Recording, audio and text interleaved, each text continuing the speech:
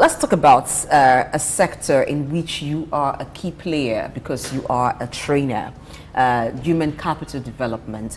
Now, it's quite difficult to actually say this was the contribution of the human capital development sector to Nigeria's GDP in the year, because sometimes it's hard to measure these things, and so the statistics are not really there.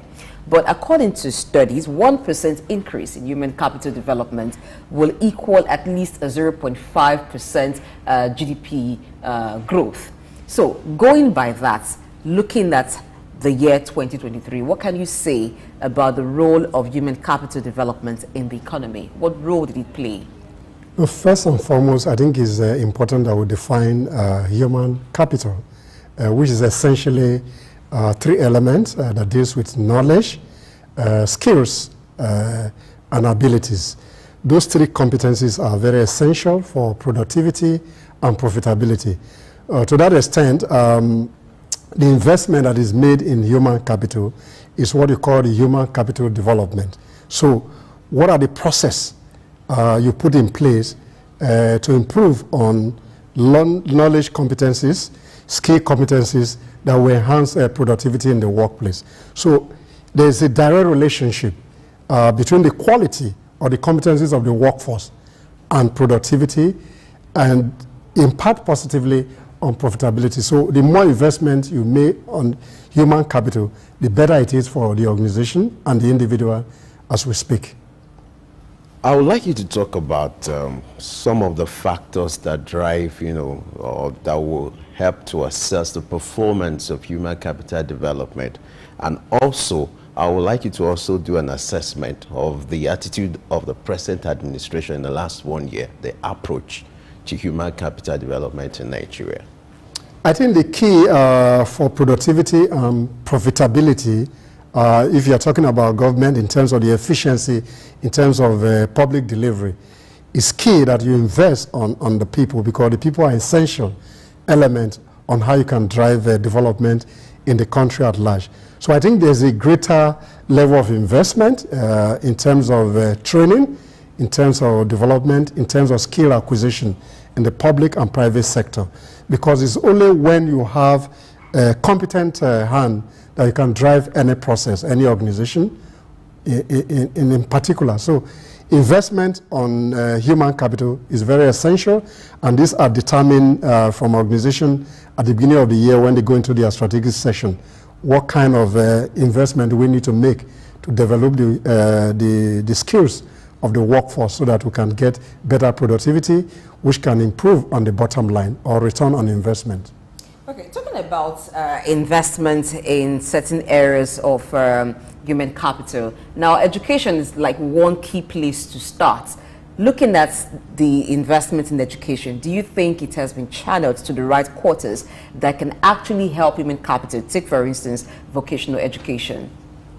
No, I think the challenge is that when you talk about investment in human capital, the budgetary provisions are still very low, because it's key that you must develop people, because people are the enabler of any process, any growth, any economy.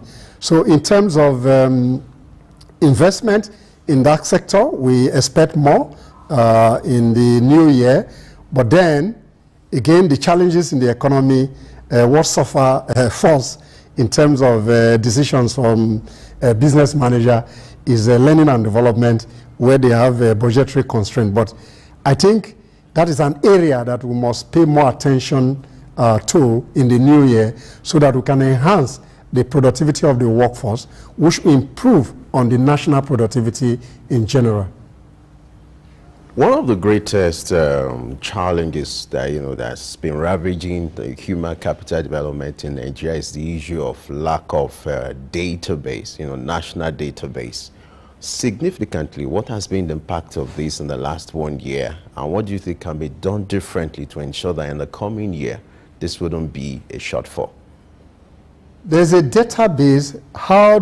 To what extent we are able to use those data to improve on human development? I think that should be the conversation. The data are there. We need to synchronize those data so that we can use them to improve on human development. Well, the question is, how reliable are they? if you're talking about data, it should be harmonized. Not that the FRSC we have there, so the national identifier, it's another thing. BVN, it's another thing. But I'm talking about having a reliable national data that every agency could work with, and what could be the modality for that to be achieved in Nigeria. No, I think the data is there, like I mentioned earlier. To what extent can we synchronize this data into a broad-based national data bank by which we can use to improve on our human development and other sectors of the economy? I think what is key, in my own understanding, is that those data are there. To what extent can we really use data to improve on human development? Therefore, in the new year, agencies must find a way to look at this data, and to what extent can we improve on data collection? What impact does human capital development have on the various training that most of the workforce had the opportunity to attend in the new year? So you're able to appraise them based on the impact and those learning have on the way they do their work in the workplace. All right, let's look at upskilling, particularly for the ICT sector. While we're talking with Seyi Akindende, we talked about skills gap in the ICT sector. Now, in what way has that been filled, and how can, what would need to happen in terms of human capital development to be able to provide the kind of skills that that sector needs, not just the ICT sector, maybe even oil and gas? I think going forward is that we need to embrace ICT, and the clamor all over the world is you're talking about e-government, e-governance. Once you're able to improve on that throughput in terms of how you deploy technology in human capital development, then the productivity and profitability will be enhanced generally. So we need to marry ICT to human development by encouraging e-governance ecosystem, e-government ecosystem, so that we're able to synchronize ICT to human development. Would you say the issue of brain drain has made more impact, on that sector in the last 1 year, human capital development, and now that we're in the era of JAPA and all that, has it made any significant impact when it comes to human capital development in Nigeria? When you have there's a debate on this concept. Sometimes you have what you call brain gain, and sometimes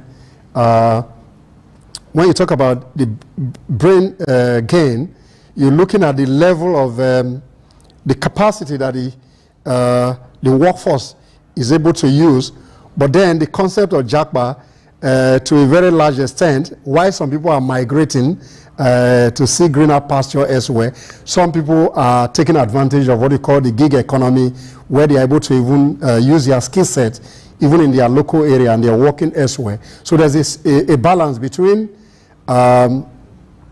migration in terms of brain to the global north, while on the other hand, even the global north is equally dependent on using some skill set that people have in the global south through the process of what we call gig economy. So there's a kind of convergence in terms of the concept of brain gain.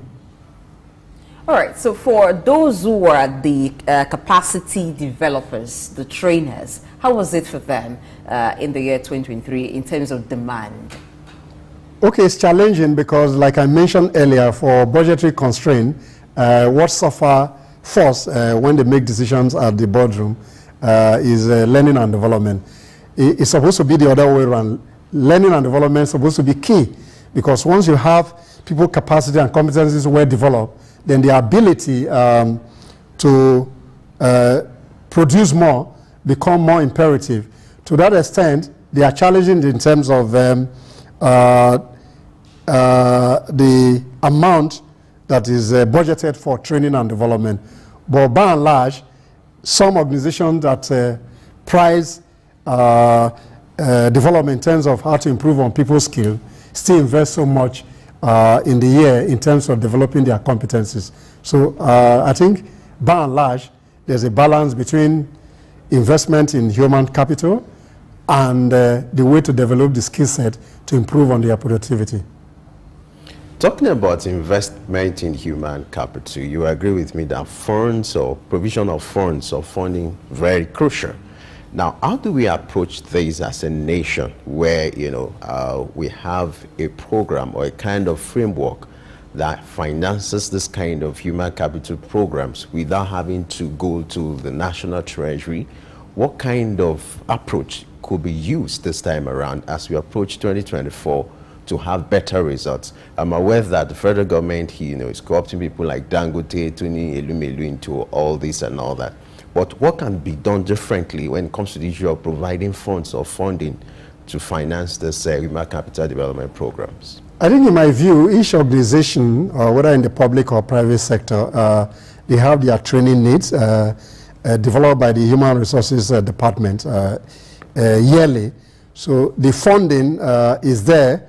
To what extent can we improve on the funding in terms of how you can improve on human capital development? That should be the conversation. So in the new year, human resources specialists, generalists, should improve on how they can improve on the workforce, because an improved workforce will improve on productivity, and once that productivity is improved, the national productivity to a very large extent will be improved upon. So funds should be made available to develop human capital in the new year, because a productive organization will help to drive a greater national productivity for the common good of the nation. Aside funding, what kind of strategy can be adopted? Now, an expert once posited that instead of complaining about brain drain, Nigeria should actually look into developing more human capital as exports. No, we have the human capital, but then you need to retrain people so that new knowledge and new competencies in the marketplace, they are able to relate to that. So in my view, there's a need constantly to invest in that sector, bring people to speed in terms of new competencies in the marketplace. We have what it takes, we have the human capital, but we need to retrain those human capital in order to be able to compete globally. Then even at the local level, you're able to see a kind of synergy that comes in terms of the level of competencies that the workforce is able to acquire over a period of time. All right. One of the key components that drive human capital development is access to good health care. The figure in the last 1 year, which has been the same over the years, is especially when it comes to health insurance, you have most Nigerians paying out of their pocket for health, services rather than banking on insurance. This is critical to human capital development. What should be done in the coming year to ensure that, especially in the area of health insurance, the figure is improved and then you have better output when it comes to human capital development, and then the impact can also be significant? The well-being of the employee is very essential. So I think health insurance is very critical. We have a scheme. What we need to improve upon is that more organizations should subscribe to the scheme by providing a social insurance scheme for their workforce, so for their well-being. So once there's a critical mass for the well-being of the staff, their productivity will be enhanced. So companies should invest essentially on social insurance scheme. The federal government, on the other hand, should find a way to improve on the loop in terms of the number of people that they are able to pull into the health insurance scheme. I think what you pay for the health insurance scheme is so small, but people should be encouraged to subscribe to health insurance scheme so that they can improve on their physical, mental well-being. Now, talking about improving in physical, social, and mental well-being, good nutrition also plays a good role, and that's why we've seen the introduction of the school feeding program to serve as not just a way of helping the children gain nutrition, but some incentive to bring them into the classroom and have their own empowerment at that level.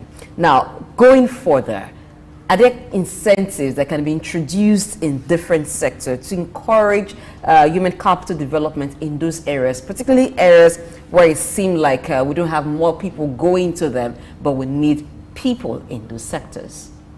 Are you talking about the entry level in terms of nutrition, school feeding program? I only use that as an example. Okay. That going forward, what kind of incentive would we need, and in what areas of human capital would we need them to bring in more people? There are certain kinds of job you don't have people go into as much as before, or there are certain kinds of job that you also have dominance of particular gender. So to increase the human capital of the country, are there certain incentives that can be introduced to bring in more people into that area? No, the incentive is to invest more in education, which is a critical sector to human capital development. So in terms of the minimum threshold, a good incentive should be provided in terms of school enrollment, in terms of the girl child enrollment, in terms of school feeding that you mentioned earlier.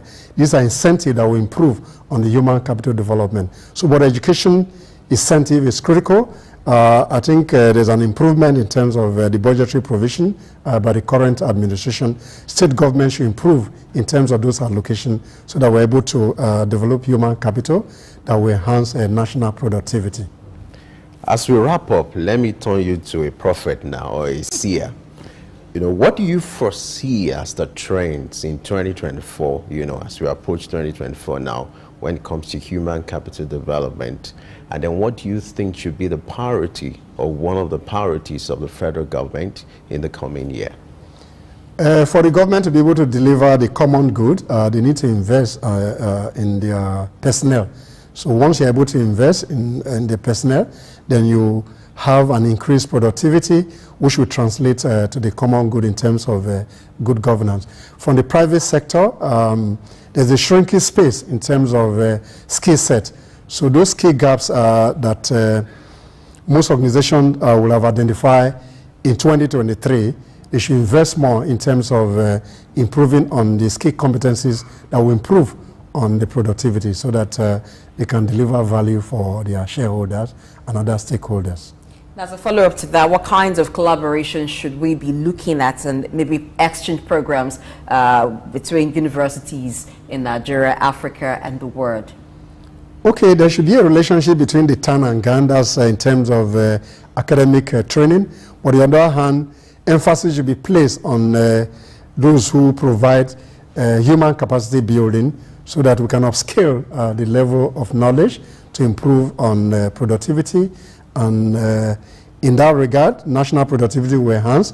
Profitability of organizations will be enhanced as well, so that stakeholders are happy at the end of the financial year.